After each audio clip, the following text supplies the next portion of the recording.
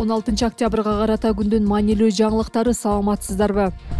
Депутаттар Тышкы иштер министрлигин Орусиядагы мигранттардын көйгөйлөрү менен алектенүүгө чакырышты. Жогорку кеңештин 16 октябрдагы жыйынында депутаттар Медер Алиев менен Эмил Токтошев Орусияда кысымга кабылып жаткан кыргыз мигранттарынын көйгөйүн көтөрүштү. Алар Тышкы иштер министрлигин чет өлкөлөрдөгү кыргыз жарандарынын абалын жакшыртууга чакырышты. Алиевдин айтымында Орусияда жүргөн кыргызстандыктар көптөгөн көйгөйлөргө кабылууда. Анткени жумуш берүүчүлөр менен айрым мамлекеттер органдары аларды эмгекчилер эмес, эмгек мигранттар катары кабыл алууда. ЕАЭБтин жана Евразиялык экономикалык комиссиянын классификаторуна ылайык Кыргыз Республикасынын жарандары эмгек мигранттар эмес, эмгекчилер деп эсептелинет. ЕАЭБке кирбеген башка өлкөлөрдүн жарандарынан айырмаланып, биздин жарандар кыйла жагымдуу режимде. Тилекке каршы айрым учурларда ЕАЭБте бекитилген нормаларды толук түшүнбөгөн учурлар болууда, деди Алиев. Ал тиимдин басым жасоого чоң рычагы бар экенин белгилеп, Тышкы иштер министрлигинин орун басары Алмаз Имангазиевди мигранттардын маселесин чечүүгө чакырды. Депутат Эмил Токтошев Орусияда жүргөн кыргыз мигранттары Сахарова борборундагы кемсинтүүлөргө, начар мамилеге даттанып жатышканын билдирди. Аэропорттон эмнеге келдиң деп сурап, өлкөгө киргизбей жатышат, деди ал. Министрдин орун басары Орусияда текшерүүлөрдүн күчөшү Москва облусундагы Крокус Сити Холл концерттик залында болгон терактыга байланыштуу экенин билдирди. Анын айтымында, андан бери кыргызстандыктар эле эмес, башка өлкөлөрдүн жарандары да текшерүүлөргө кабылууда. Ал Кыргызстандын Орусиядагы консулдугу мигранттардын даттануларын карап жатканын кошумчалады. Крокустагы теракттан кийин Орусиянын бардык аймактарында Борбор Азия өлкөлөрүнөн барган мигранттарга карата жапырт агрессиялык аракеттер башталган. Мындан тышкары Орусиянын президенти Владимир Путин мигранттарга каршы бир нече мыйзамга кол койгон. Арасында полиция кызматкерлерине мигранттарды соттун чечими жок эле депортация кылууга укук берген. Ошондой эле орус жарандыгын алып, бирок аскердик каттоого турбагандарды жарандыктан ажыратууга жол ачкан мыйзамдар бар.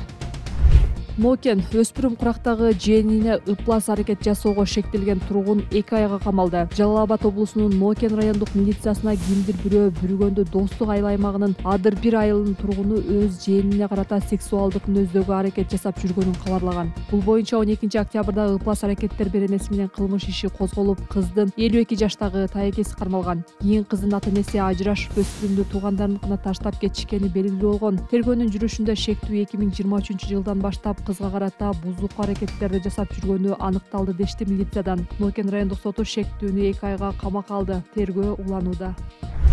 Жапаров бийлик жергиликтүү кеңештердин депутаттарын шайлоого кийлигишпейт. Президент Садыр Жапаров алдыдагы жергиликтүү кеңештердин депутаттарын шайлоого мамлекет кийлигишпей турганын билдирди. 17 ноябрда өтө турган шайлоонун үгүт өнөктүгү эртең башталат. Мамлекет башчынын айтымында, эгер кайсы бир талапкерди сүрөмөлөгөн мамлекеттик кызматкер аныкталса, ал катуу жазага тартылат. Бийлик шайлоого да башкасына да кийлигишкен мезгил, кайсы бир талапкерди сүрөмөлөп, кайсы бирин өгөйлөгөн заман артта калды, деп белгиледи президент. Жапаров кыргызстандыктарды кол тартат болбой татыктуу талапкерлерди шайлап алууга чакырды. Анын айтымында, мындай талапкерлер өлкө үчүн күйөө турган, чындап иштей турган адамдар болушу керек. Президент алысты көрө билген тажрыйбалуу жаштарды колдоо зарыл деп эсептейт. Урматтуу мекендештер, биз жаңы Кыргызстанды курууга бет алдык деп ар дайым айтып келем. Бет алган жолубуз оңой эмес. Ары татаал мезгилде, ары кыйын учурда өлкөбүздү өнүккөн өлкөлөрдүн катарына кошолуу деген бийик жоопкерчиликти мойнубузга алып жатабыз. Мамлекеттин өнүгүшү жергиликтүү аймактардын өнүгүшүнөн башталат. Мына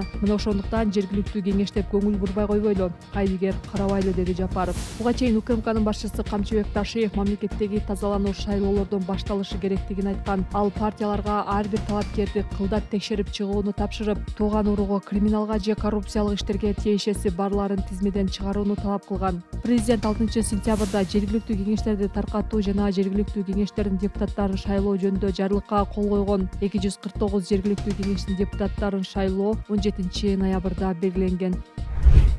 Садыр Жапаров: кантип Орусия менен иштешпей кое алабыз? Президент Садыр Жапаров кабар агенттигине орусиялык журналист Павел Зарубинге курган маеги боюнча комментарий берди. Ал Батыш бизге Орусия менен кызматташтыкты токтотууга көрсөтмө бербеши керек деп айткан. Жапаров бийликке келгенден бери Кыргызстан көп багыттуу саясат жүргүзүп жатканын белгиледи. Анын айтымында, бийлик башка өлкөлөр, анын ичинде Орусия менен тең ата кызматташууда. Орусия менен биз кызматташпай кое албайбыз. Биздин ортобуздагы товар жүгүртүү $4 миллиард ашат. Биз Орусиядан нефть, газ, буудай жана башка тамактарды сатып алабыз. Географиялык жактан алганда биз буюк өлкөдө жашайбыз. Биздин дүйнөгө чыга турган авто жана темир жолубузда Орусия аркылуу. Ал жакта 1 миллионго жакын мигрантыбыз бар, деди өлкө башчы. Ошондой эле Жапаров Евробиримдикке мүчө айрым өлкөлөр керек болгондо Орусия менен жакшынакай эле кызматташып жатканын белгиледи. Орусия менен болгон соода сатыгыңар жылына 6 миллиард долларга чыгып жатпайбы? Анан өзүңөргө керек болгондо Орусия менен жакшынакай эле кызматташасыңар дагы бизге келгенде эле иштешпегиле дейсиңер. Силердин бул талабыңар адилетсиз деп Орусия менен кызматташпагыла деген батыш өлкөлөрүнө айтып келерин белгиледи.